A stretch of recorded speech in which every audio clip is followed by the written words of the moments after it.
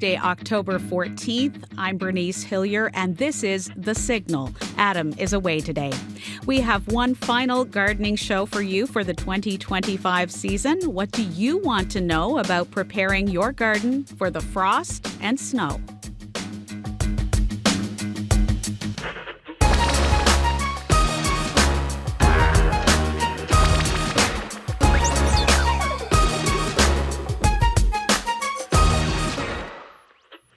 We will be taking your calls. Our expert guest today is Tim Walsh. He is in our St. John's studio. He is the nursery manager at the Memorial University Botanical Garden.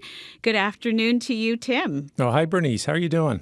I'm doing just fine. We've had a beautiful fall season so far here in western Newfoundland. How has it been there in the capital city and the metro region? Yeah, same here too. It's been exceptionally warm for September and October, and we're really enjoying it. And you can really see it in the garden. The plants are holding on for a long time, and they're holding on to their fruit, and it's making seed saving a little bit easier, and it's making garden cleanup a little bit easier. So we don't often get it, but boy, when we get it, does it ever feel good.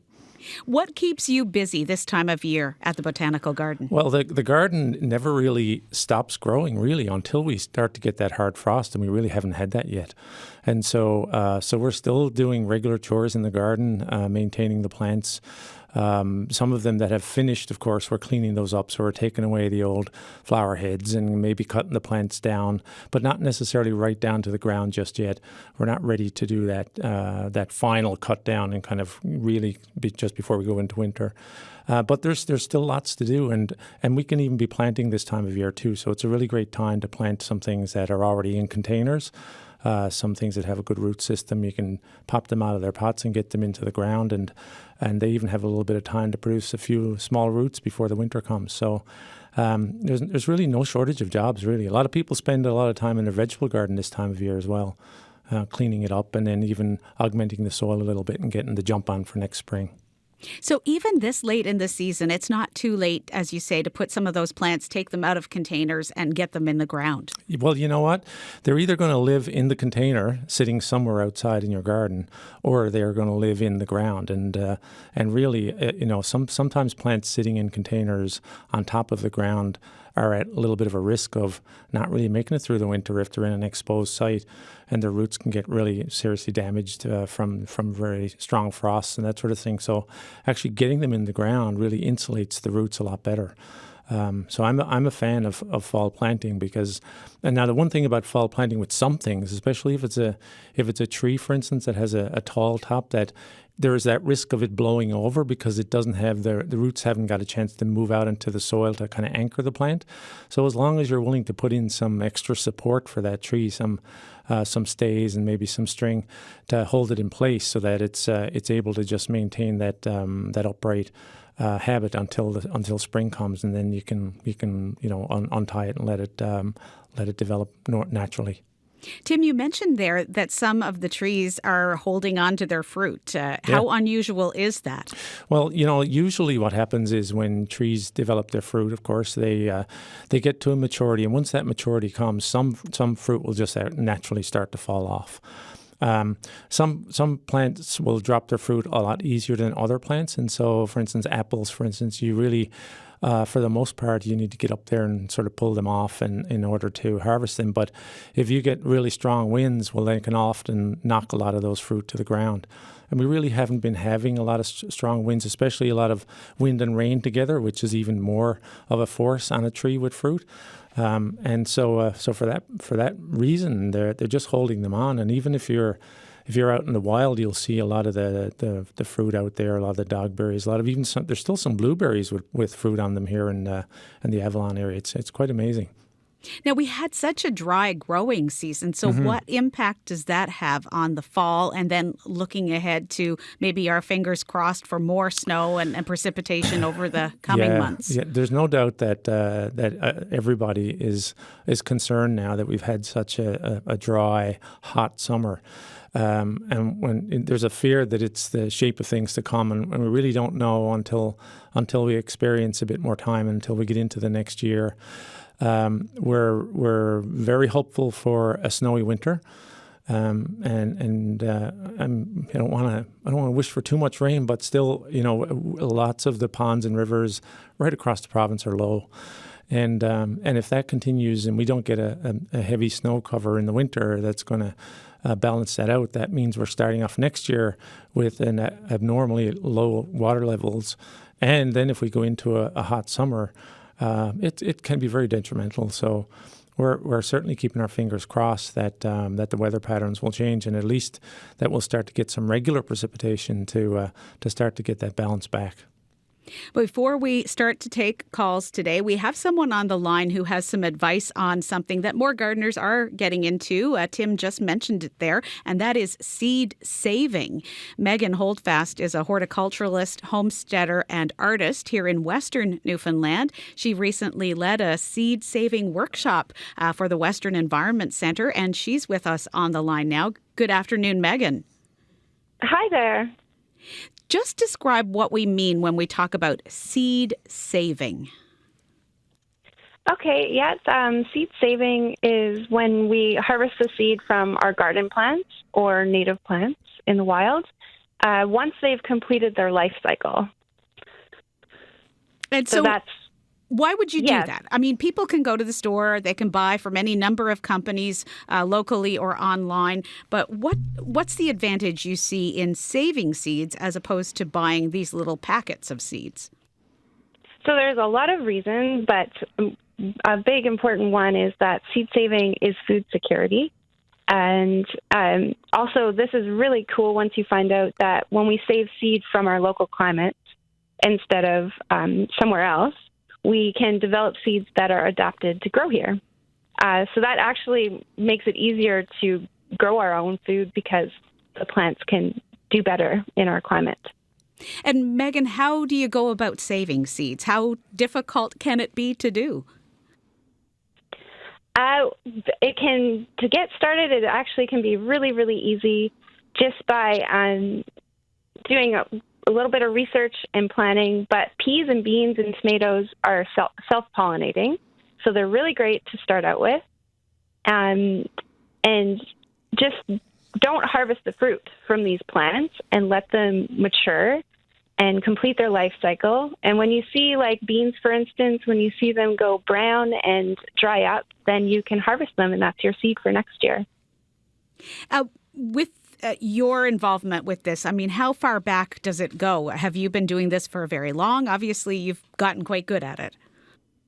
Yeah, I've been saving seeds for, over 12 years. I have some Scarlet Runner beans, if you're familiar, that I've been saving. They're 12 years old, so that just, and they just grow like crazy.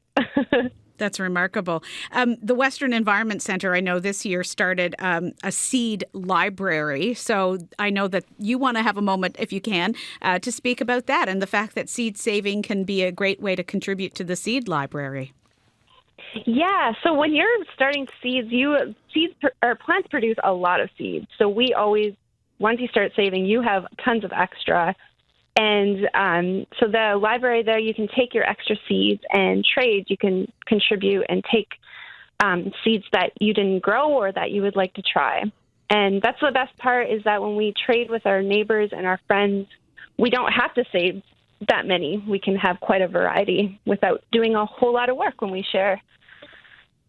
Megan, how much interest has there been over the years, and how have you seen that change in this topic of seed saving? There's, over the years, doing workshops with WEC, there's always more interest every year. So people just want to know how to get started, how to learn how to clean seed. That's something that people aren't sure of. So there's a lot of interest just with learning about, I think it comes from food security.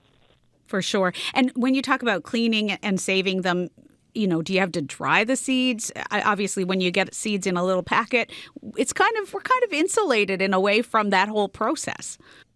And it's not. We are, and it's not a difficult one. With a few sieves, the tools you need are very little, and the process is really, really simple. So just getting your toes wet, you actually find out that the whole thing is quite easy. Now, you mentioned peas and beans and tomatoes as being some of maybe the simpler ones to start with, but are there some that you're still kind of struggling to figure out and to be able to save the seeds from a certain type of plant? Definitely more tricky with other species of plants, but nothing that you can't wrap your head around with a bit of research. So always just start with researching your plants, learning about its pollination process, and go from there. You can usually work around some of the things that get in the way, but really you just get to really know your garden plants well with that research. And Megan, would you say that you're still learning even after 12 years? Oh, yes, of course. There's always learning to be done. I'm always trying new things. My favorite thing about gardening is experimenting. And what is it like for you as a gardener when you grow something? As you said, with the scarlet runner beans, you grow them from seeds you saved yourself. I mean, it must be an incredible feeling of accomplishment. It is, and seeds are so beautiful, especially beans, the varieties that you have. It is very rewarding. There's also that feeling of when our gardens, that first frost comes in and takes out your garden and you're so sad. You're like, wow, everything's gone. But there's this whole other harvest. It's really exciting. It's not over at all. Wonderful. Megan, thank you so much for sharing your expertise, your advice, and your enthusiasm with us today on The Signal. Thanks for joining me. Thank you so much. That's Megan Holdfast. She's a horticulturalist and homesteader and artist here in Western Newfoundland. Last month, she led a seed-saving workshop with the Western Environment Centre. And now we are ready to take your calls. So the numbers to call are 709-722-7111 or 1-800-563-8255. I'll give those numbers again throughout the show. You can also text us with your questions for our expert today, 709-327-8206. You can do that during our live show today. And you can send us an email, thesignal@cbc.ca. And Tim Walsh, the nursery manager at the Memorial University Botanical Garden, is standing by to answer your questions today. So the numbers once again to call in, and we love it when you do that, 1-800-563-8255 or 709-722-7111. This is the final gardening show for the 2025 season, so a great opportunity now to get your questions answered. Tim, what would you want to say and share about this issue of seed saving and the work that you do with that, perhaps at the Botanical Garden? Yeah, it's so nice to hear Megan talk about that, and it's a very important part for a lot of gardeners this time of year. And Megan is right that when you grow varieties of a particular plant, or whether it's a fruit or a flowering plant or whatever it is, and it grew well for you, then obviously by saving the seeds, you're saving that gene pool, and you're then repeating that same plant going forward. And so you don't have to be as concerned about, oh, I'm going to grow something from seed now. I wonder, is it going to survive well for me? You've already proven that by growing it in your own garden in the first place. So it's a real sense of confidence, I guess, going into the new year next year when you grow those seeds. And there's a huge amount of seeds out there to collect. You know, you can collect garden plants, you can collect vegetables, you can collect fruit, and trees, and all kinds of wild plants. You know, there's really, the sky's the limit. And it's just a matter of, as Megan said, do a little bit of research. Research how's the best way to store the seeds, because that's a big important part. That collecting is one thing, but then how do you prepare them for their storage? You know, there's a bit of cleaning involved, and there's a little bit of, Megan had mentioned sieves, so you sieve them through to get out of separate the seed from the chaff and from the debris and all the other bits and pieces that come when you harvest the seed. And then how do you overwinter those seeds safely? And generally, it's, you know, you put them in a dry, usually a paper envelope or something like that, and put them somewhere where they're not going to be in the bright sun, and usually in the dark, and usually a bit cool, and that way they'll preserve well until the next year. And Tim, have you ever had a situation where the seeds didn't save well, and you kind of learned a lesson from what you did that maybe the next time you didn't do it that way. Yeah. I think everybody who's done it has had situations like that, and those are learning environments, learning opportunities, and sometimes it's the biggest thing for seed storing is that mold can be a problem, and so it's really important that the seeds are stored dry, and that they're not stored inside of like a plastic bag, for instance, because plastic holds moisture.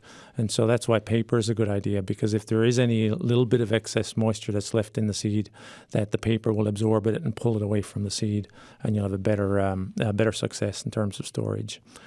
Yeah, there's lots. How much of that do you do at the botanical garden? How much seed saving and reusing? Yeah, quite a bit. Yeah, and there's no doubt we always, as a botanical garden, part of our mandate too is to display new varieties that are available on the market. So we do grow quite a few newer varieties that we purchase from seed companies.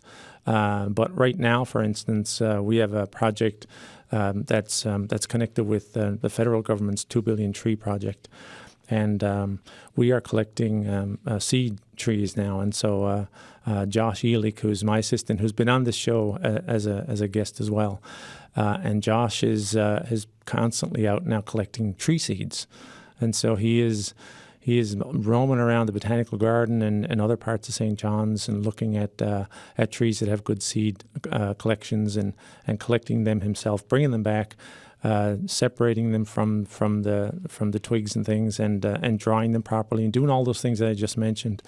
And some trees are a bit tricky too, because in terms of germination, you can't take any particular seed, or you can't take all seeds and treat them the same way in terms of how you produce a plant from the seed. Some seeds, yes, you can just take them, and once they're dried, you can put them in fresh soil and they'll germinate and start to grow right away. Others require a little more tricky treatment, and one method, it's called stratification, and it basically means a moist, cool environment.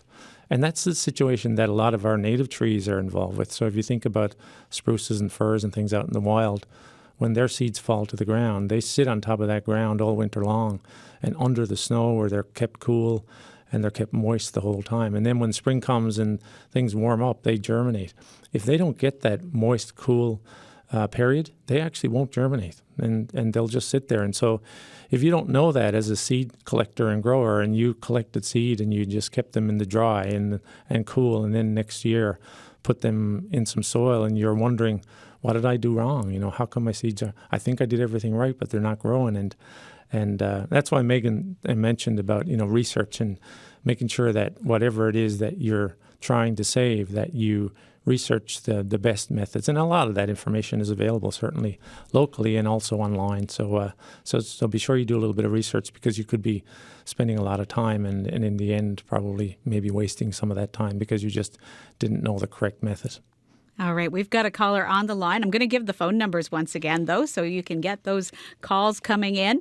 The number to call, 709-722-7111 or 1-800-563-8255. You can also text us, 709-327-8206. George is on the line now, on line 2 from Gander. And good afternoon to you, George, and welcome to The Signal. Thank you for taking my call, Bernice, and hello, Tim. Hi, George. How are you doing? I'm doing well, thank you. Good. Talking about seeds, I think I read years ago that some seeds, like I think lodgepole pine, actually need like fire or something for them to germinate. Yeah, a lot of them do, especially the pines. Yeah, they need the heat of a fire to crack open the seed capsule that holds the seed inside. And if they don't get that intensity of that heat, they'll just sit there for years and years and years until eventually a fire will come by, which it normally does in the forest, and then they get the conditions that they need. Yeah. Seeing this last show, I'd like to give a big thank you to Steve and Lisa McBride from the Facebook page Backyard Farming and Homesteading NL. They do a tremendous job. It's a wealth of information there. I mean, it's just, they're a blessing. I don't know how they do it because it seems like they're involved in so much stuff with animals and farming, honey and all this kind of stuff. I just don't know how they have time to do anything on Facebook. And they do get a little bit of a negative feedback sometimes, which is kind of a little bit annoying and actually ridiculous, I think. But I'd like to give a big shout out to Steve and Lisa McBride, please. And George, what kind of help and support do you feel that they in particular provide to people, for those who are interested in learning and not interested in criticizing, perhaps, but someone like yourself? How have they helped you? You can go on there and you can basically pose any kind of question, whether it's got to do with farming or backyard farming, vegetables, flowers, any kind of animals, honey, bees and stuff. And like within any time, you'll get like a lot of people that have some experts on there, and in no time at all, you'll come back and get all kinds of answers. So it's a tremendous resource for anybody. I think it's probably the best resource for novel and regular gardens alike on Facebook. All right. Well, George, great to give a shout out to some people who are helping us all to grow our gardens. Did you have a question for Tim today? First of all, another little thing I'd like to talk about. I hear several shows, I hear people talking about apples and some of the apples, whether they do well or they're good for our Newfoundland environment. I'd like to say that the king of gardening in Newfoundland, in my opinion, Ross Travers, I heard him several times in the past talk about apples that are really good to grow in Newfoundland. And three of the varieties that he had mentioned a few times were Yellow Transparent, William's Pride, and Richelieu. Yeah, I've heard of all those varieties. Yeah, and they do very well. And Ross was growing, of course, for many years in Newfoundland. And there's another variety at the Botanical Garden that we have. It's called, I think it's called Freedom, maybe. And boy, this year it is just bending. Now, this year, of course, was an exceptional year too for growing apples, because they got some really great pollination in the spring because the weather was great when they were flowering, and then the nice heat of the summer. As long as you could keep the water to them. Tim, I'd like to ask you the perennial question, pardon the pun. New soil. Like a lot of times I hear about people talking about getting new soil every year, and it just seems a little bit strange to me. Isn't it fine, like if you got large pots, 15-inch pots or whatever, to reuse soil? Absolutely. I do it all the time. It is very expensive if you're buying it, and there's no real reason why you couldn't. The only thing to be mindful of is that soil does degrade over time because it decomposes and it breaks down. And so what I tend to do is mix it with some new soil. So I'm not replacing all the soil, but I'm replacing some of it. And also depending on how you're growing. So if you're growing in containers, then the container is a limited amount of space. And so what you're growing in there needs to have some pretty good soil in order to get the results that you're looking for. And so it's about managing your soil and knowing that, okay, I grew this soil. I used this soil last year. I had really good production from it. But to know that, well, the reason it produced well is because the fertilizer that I put in there and whatever in the water, it was used up. So that coming into the new year, you have to make sure that you replenish those levels of fertilizer as well to make sure that the plants will have what they need. Tim, I thank you so kindly for being, and all the guests that come on, and I think this is a great show. I love it, and I hope to hear from everybody again next season. All right, George, thanks so much, and have a good winter. We'll talk to you in the spring. Thank you, dear. All the best. That is George in Gander, and we do have other callers on the line and a question that's come in from someone who couldn't wait on the line, so we'll get right to those. But I will give out the numbers once again, 1-800-563-8255, and the number as well if you're calling from St. John's or from anywhere, I guess nowadays. We don't necessarily need those toll-free numbers like we used to. 709-722-7111. You can also text us. So 709-327-8206 during our live show today here on CBC Radio. Anne is on the line from Portugal Cove with a question or comment for us. Good afternoon, Anne, and welcome to The Signal. Well, good afternoon. Thank you so much. The show is great. I've got a question for you. I have got a lot of bulbs that are going to be coming from Western Canada as a gift from someone, and they'll be here in the next week or so. I am not going to be able to get them all in this year. So how do I store them successfully? So, and with bulbs, they do have a shelf life, and they're really meant to be planted in the fall. And I'm assuming you're getting the traditional tulips, daffodils, crocus, that sort of thing? Yeah, and some alliums and some other things that I hadn't seen before as well. Right, yeah. So the problem with storing them for a long period of time is that a bulb is basically a storage unit in and of itself. It's got everything it needs in there in order to produce a flower. But it's also got a certain amount of moisture in there. And over time, what happens is that moisture evaporates, and then the plants start to shrink, and then they lose their ability to rebound from that. And then when you plant them in the spring, they generally don't flower very well. They actually do very well when they're planted in the fall. And then what happens in the fall is that, well, we don't realize, we only think they start to grow in the spring. They actually start to grow in the fall. And they start to grow roots, and the roots grow out into the soil, and that starts to build up the bulb's strength and ability to flower in the spring. And then when the temperature's lower, the plant sits dormant, and it sits underground all winter long, and then in the spring it's right ready, and it pops up. So we often get a question at the Botanical Garden because people find that they found a bag of bulbs that was sitting somewhere on a shelf, all winter long, and wondering whether they could plant it now. And really, the success rate is very low in terms of flowers when you plant fall planted bulbs in the spring, because they don't have that winter and cool dormancy that they seem to benefit from in order to get the flower. So, I guess one option for you maybe is, because are you going to get to plant some of them in the ground? Is that what you're saying, but not all of them?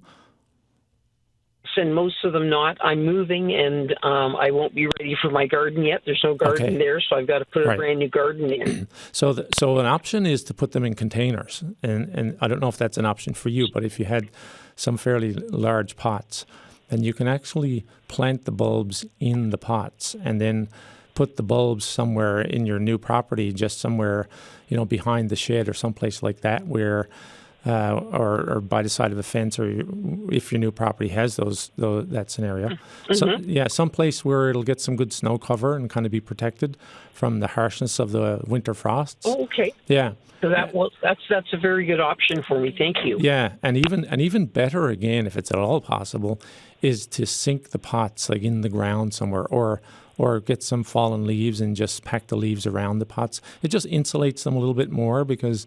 And it almost makes them feel like they're in the ground.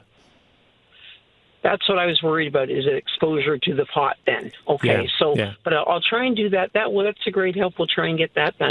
Yeah, it'll be worth it, because you'll have then some lovely spring flowering pots that you can actually move up onto your deck and move close to the house when they start to bloom. Okay, well, thank you so much. I really appreciate your time. Yeah, you're welcome. And thanks so much for calling in. Wishing you all the best now with your move. Thank you so much. Bye-bye. That's Anne in Portugal Cove. We've had some questions sent to us, so let's get to those now. But the numbers to call, get in your questions now for Tim Walsh, the nursery manager at the Memorial University Botanical Garden. 1-800-563-8255. A question for you, Tim. This person says, I have a very shady back garden, shaded by large trees. The ground cover has been overrun by gout weed, which I spent time removing this summer. What can I put in next spring to replace it? Wow. Well, so I wish the caller was here, because we could talk about the gout weed, and because if you read that, it sounds like the gout weed is gone, but it doesn't go away that easily. I will say that. But I commend them for attempting to get rid of it, and I certainly hope that it is gone, because it is a challenging plant to eradicate once you have it. Deep shade is always a bit of a challenge, but the obvious one is hosta. Hosta is probably the the most common used plant in all of our gardens, really. I don't think there's a garden anywhere that doesn't have a hosta of one sort or another. But the beauty about hostas is that there's so much variety within the genus, and there's large leaf varieties, and very tiny leaf varieties. A little one that we grow at the botanical garden called mouse ears. It literally has leaves that are about the size of a mouse's ear. And everything in between, and then variety in color in the leaves, from yellows to stripes to dark greens to blue greens, all kinds of options there.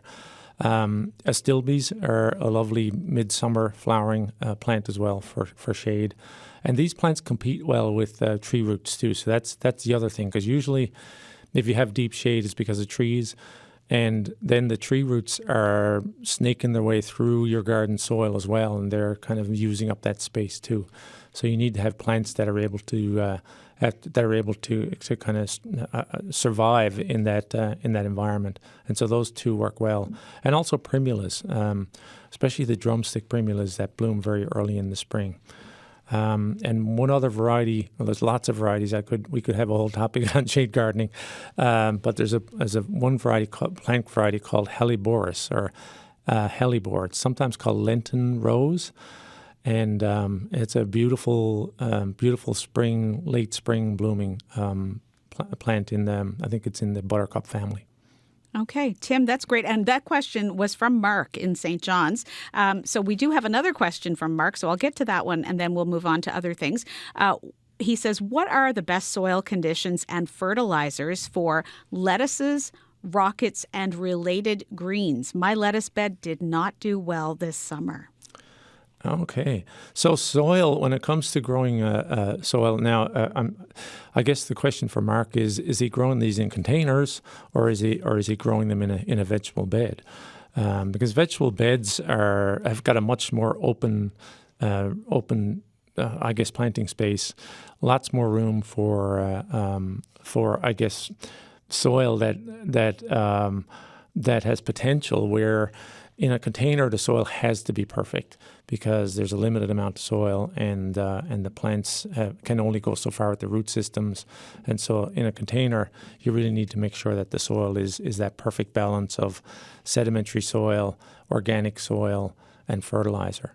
And then in vegetable beds is no different, but vegetable beds are generally a topsoil mix with some sort of organic matter. There has to be organic matter in the soil in general anyways, no matter what you're growing, but for vegetables, it absolutely has to be there. And that organic matter can be in the form of compost, well-rotted compost, well-rotted manures, peat moss. Any of those things can be mixed in to about a 60-40, so 60% topsoil, yeah, and then the 40% organic matter. And that tends to be a good recipe, and mix those all together really well.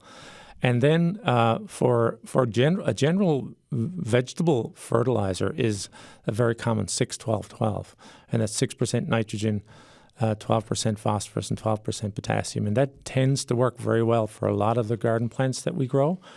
Lettuces, which you mentioned, and spinaches and things, they are more leafy vegetables. So with leaves, the fertilizer element, nitrogen, is what encourages leaf development. And so he should look for something that has a little bit higher nitrogen. And maybe you could even have a balance like 15-15-15. And that way, that gives a little bit more nitrogen and also balances with the phosphorus and potassium. Okay, thank you for that. I'll give the numbers again so we can get some calls in rather than leaving them till the last few minutes of the program. And this is your last opportunity to ask your gardening questions here on the Signal for the 2025 season. This is our last gardening show for the season. The numbers 1-800-563-8255, or you can call 709-722-7111. You can text to us as Mark did, and thank you very much, Mark, for those questions, 709-327-8206. So during the show, we'll take your texts for the next 20 minutes or 15 minutes with some questions for our guest today, Tim Walsh from the Memorial University Botanical Garden. Tim, we had a question which was passed on to us by a listener who called in but didn't stay on the line. What do I do with green tomatoes that are still on the vine? This is a question from Audrey in St. John's. She says, will they ripen if I keep putting them in and then out on sunny days? Mm-hmm. Yeah, they will, absolutely. The biggest challenge with tomatoes is that, they sometimes, some of them hang on and they're still green, and what do you do? Because the risk of them getting frosted is very great now. So we've had a few soft frosts. Even the night before last, when I woke up, the roofs in my neighborhood here in St. John's were covered with frost. Not a really hard frost, and I have some tomatoes in my backyard that survived that. If you can bring them indoors, in and out, but I don't know how. That's probably easy if you just have a small plant. If you have larger plants, and you want to keep them outdoors, because when a plant ripens on the vine, the tomatoes are generally better tasting, I find, than if you pick them green and they have to ripen indoors. Because when they ripen indoors without the plant, they're ripening and using up the sugars in the plant, in the tomatoes itself, in order to ripen, and so you lose some of that flavor as a result of that. Oh, that's interesting. Yeah, so it's better to leave them on, and maybe. If the plants are a bit bigger, you could just simply put blankets over them at night when you know that it's going to be frosty, because the frost falls from the sky. So if you got something just to protect the plants from direct contact with the frost, and then as the sun rises the next day, just remove the blanket. The reality, however, is that it is the 14th of October now, and it's generally not terribly warm going forward from this date, usually in Newfoundland, although we were talking earlier about how nice the weather has been. But there's no guarantee that it's going to stay. And so the risk of getting frost now is pretty high. Just keep an eye on the weather, keep an eye on the long-range forecast, put some protections in if you think that they're going to get a heavy frost. And then eventually you'll just have to pick them and bring them indoors and enjoy the plants as they ripen indoors. Okay, really good to know. Really good to know. We've got a whole lot of tomatoes that we're storing indoors and hoping they're going to ripen in our house. I want to give you a moment before we get to our next question that's been texted to us. So thank you very much for that text that we've just received. I wanted to give you an opportunity. I know that the last day of your official botanical garden season is November 2nd. That's so right. You are open right now, but you've got a couple of events coming up as well, don't you, Tim? Yeah, we do actually. Well, of course, it's coming on to Halloween, and Halloween is a great time at the Botanical Garden. We have an event called Halloween Howl, and this it's actually starting this weekend because it's a big event for us, so we spread it out over 2 weekends. And so October the 18th and 19th, which is this coming weekend, and then the following weekend of the 25th and 26th. Kids in costumes get in for free. And also throughout the dates are, we have this thing called Creatures of the Night. It's a Halloween-themed evening educational tour. So it's about actually walking around outside in the Botanical Garden and looking at some of the things that that may be attributed sort of in a scary way to Halloween, but really the tour is all about, well, where does that come from, and what are these things about, like crows and spiders and that sort of thing, because they're not necessarily that scary. It kind of debunks a bit of that, but also celebrates the fact that they're also great themes for Halloween. And those tours are Thursday to Saturday this week and next week. Plus on October the 30th. So, and tickets for that can be purchased online, and you can of course find out all of that on our website. And children get in free if they're wearing a costume. That's right. Yeah. So the other thing that's happening, and it opened a week and a half ago, I think, the Botanical Art Society of Newfoundland and Labrador. The Botanical Garden is their base for that group. They have their meetings and they come and paint at the Botanical Garden. They have an art exhibit now at the garden, a beautiful exhibit showcasing crop diversity in vegetables and fruit and edible plants, basically. Fantastic show, and that art show continues, and it's at the Botanical Garden, so you can come to the Botanical Garden during open hours. And then the members of that Botanical Art Society are running tours of the show on Thursday afternoons. So you can come up and do that, and that's free. And then the other thing that we've got, do I have anything else? Oh, yes, of course. Merry Yeah, and Bright. something that's coming up after you're officially closed, I guess, for the season. Exactly. Merry and Bright Light Festival.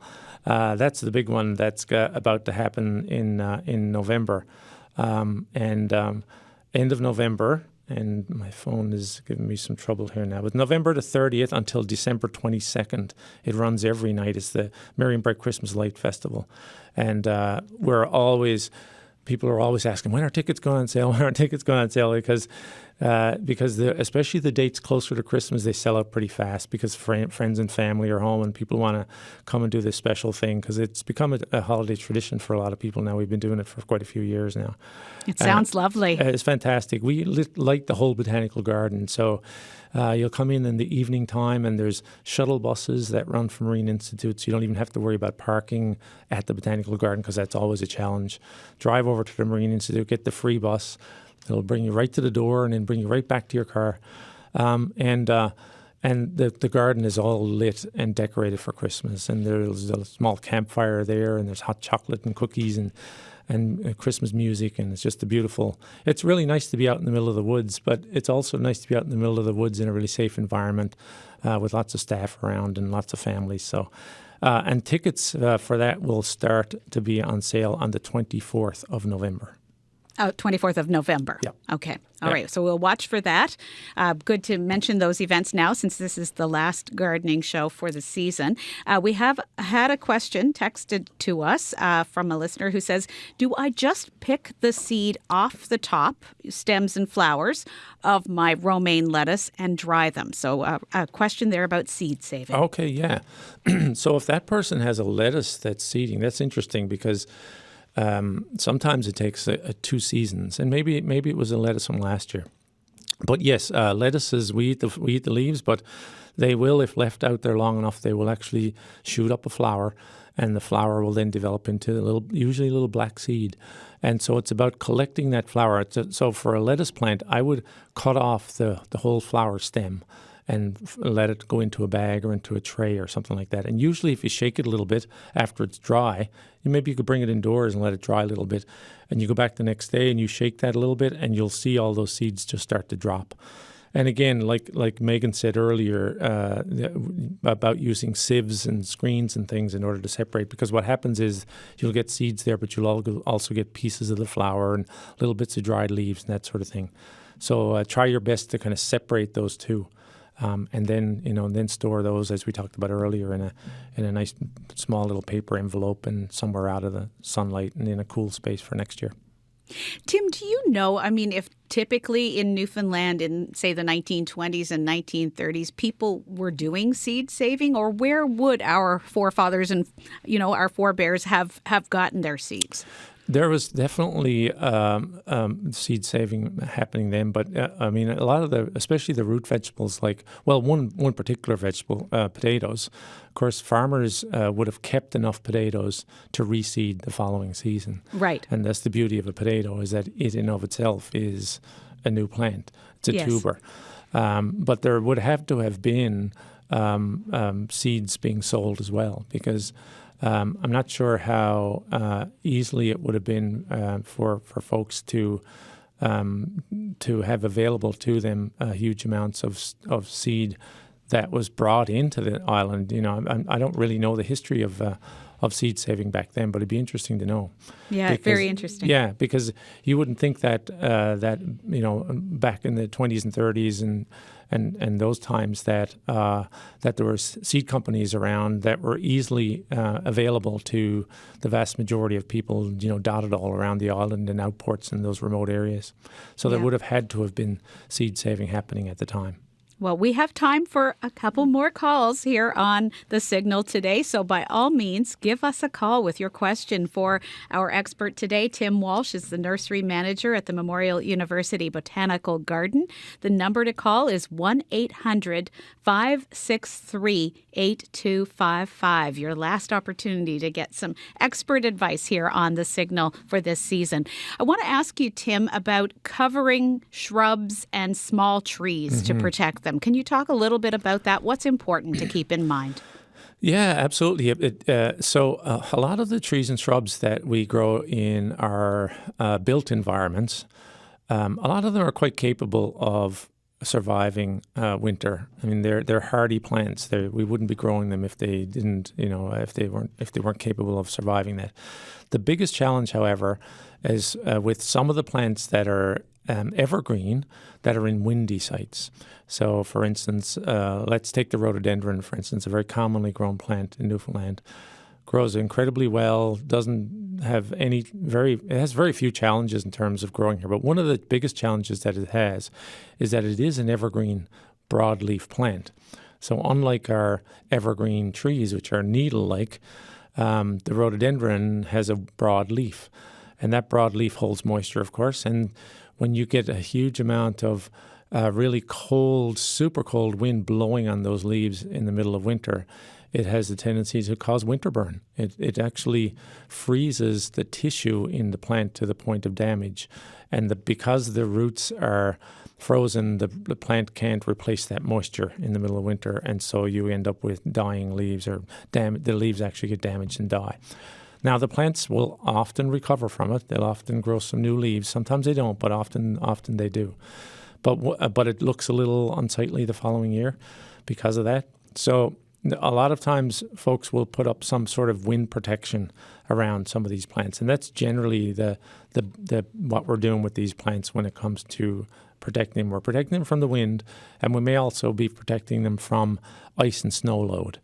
And you often see small shrubs, especially, that are covered with a structure that looks almost like a teepee, right, which has burlap usually around it. And it's important that burlap or something like that is used, because that allows air movement through, but it does break the force of the really intense winds. I oftentimes see those teepees covered in plastic, and that's never a good idea. Yeah, because the plastic actually builds up heat inside, and then the plant warms up in the heat of the sun, and then at night the temperatures drop down to freezing again. So you got that freeze-thaw cycles, and that often causes even more damage. Okay. Yeah. Tim, I'm told we do have another caller on the line, so we're going to be going to that caller now, just as soon as that's available to us. So we have Alex on the line, I believe it is, from Corner Brook. Good afternoon to you, Alex. Good afternoon. Thank you for taking my call. I just had a question there. I recently picked up some, I believe they're called walking onions from the farmer's market there the weekend. And yep. I was kind of curious.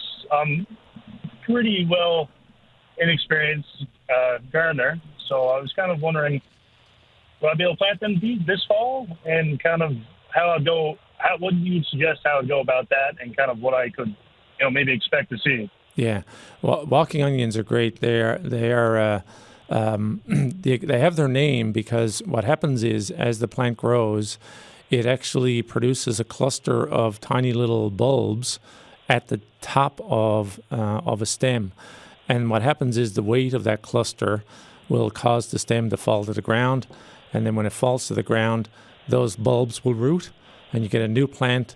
And then if you leave it, it'll happen again. And so you get that sense that the onion is kind of walking around your garden because it's spreading further and further each time.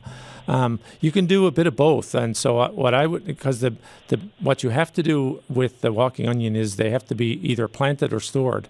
And the risk of storing them is, as we talked about earlier, is that unless you're careful in making sure that you store them perfectly well and they don't get any kind of rotting happening, that you lose them. So I'd be inclined to plant them now. And in the garden, that's what happens. In the garden, when that onion falls down and falls to the ground, those little onions just stay there, and they'll just start to grow roots out in the fall even, and then they'll just sit there and go dormant in the spring, and then they'll just immediately start to grow again in the spring. Okay, right. Yeah, very good. They're very easy, Alex. I wouldn't worry too much about them. They're one of the easier vegetables to grow, and they're very reliable. And as long as they got some decent soil, like some nice vegetable soil, like we talked about earlier, with some topsoil and some organic matter in the soil, then they'll grow for you. No problem. Alex, Perfect. Thanks very much for your call. Thank you. And we have one more caller on the line with just a few minutes left in the program. Karen is joining us from St. John's. Good afternoon to you, Karen. Welcome to The Signal. Okay, thank you very much. I recently heard that the autumn was the time to fertilize trees. And I don't want to set that. I don't want to stimulate growth at this time of the year and then lose the tree. So, can you clarify? I'm not really in that school of thought myself because if you think about what's happening now with our trees, so they're going dormant now, and I'm looking out the CBC window now, and I can see leaves blowing around out there. So the trees are not uptaking any fertilizer right now. And to my mind, to put fertilizer around trees now in our wet climate, because that's the other side of it. I think there are some parts of the world where you could put fertilizer down in the fall, and it'll just kind of hang onto the soil. It'll be absorbed by the soil, and it'll still be there in the spring when the plants come back to life. Knowing also in other parts, those other parts of the world, the winter is not as long and as wet. So if you were to put fertilizer around a tree here now, potentially for that fertilizer to be uptaken by the plant next spring, because it's not going to do it now, because it's not pulling up any of those nutrients now because it's going dormant, all of our winter snows and rains is going to flush all that fertilizer out of the soil, and when spring comes around, it's just not going to be there. So I'd be more inclined. I'd be more inclined to keep that fertilizer and spread it in the early spring. Okay. Yeah. Very good. Thank you very much. You're very welcome. Karen, thank you so much. I'm thinking, Tim, we may get one more question in. We won't be able to take any more calls, but we have had a couple of questions. So I'll read this one for you. I think it's from Sheila. I had a very successful year growing celery for the first time. Though I have been harvesting many plants, I still have some in the ground. Should I cut them all?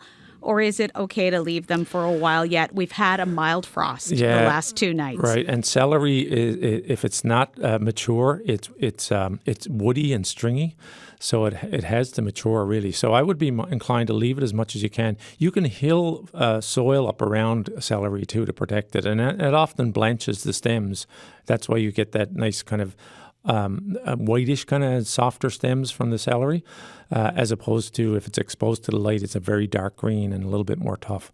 So maybe Sheila could bring some soil up around those celeries, and that will protect them if we get any frost, but it also leaves them outside so that they have the potential to grow a little bit more. I feel like this is the rapid fire round of our show. So I think I will dare to squeeze one more question in. We had a text from someone who asks about Brussels sprouts. Mm-hmm. What should they look like by now, and what can I do at this point to get them to grow larger? I think they should be ready to eat right now. The thing is that there's not going to be a huge amount of growth on the Brussels sprouts going forward. If they're bite-sized pieces now, I would say. Now the other thing about Brussels sprouts is that you can leave them because they are definitely a lot more frost hardy than a lot of the other vegetables.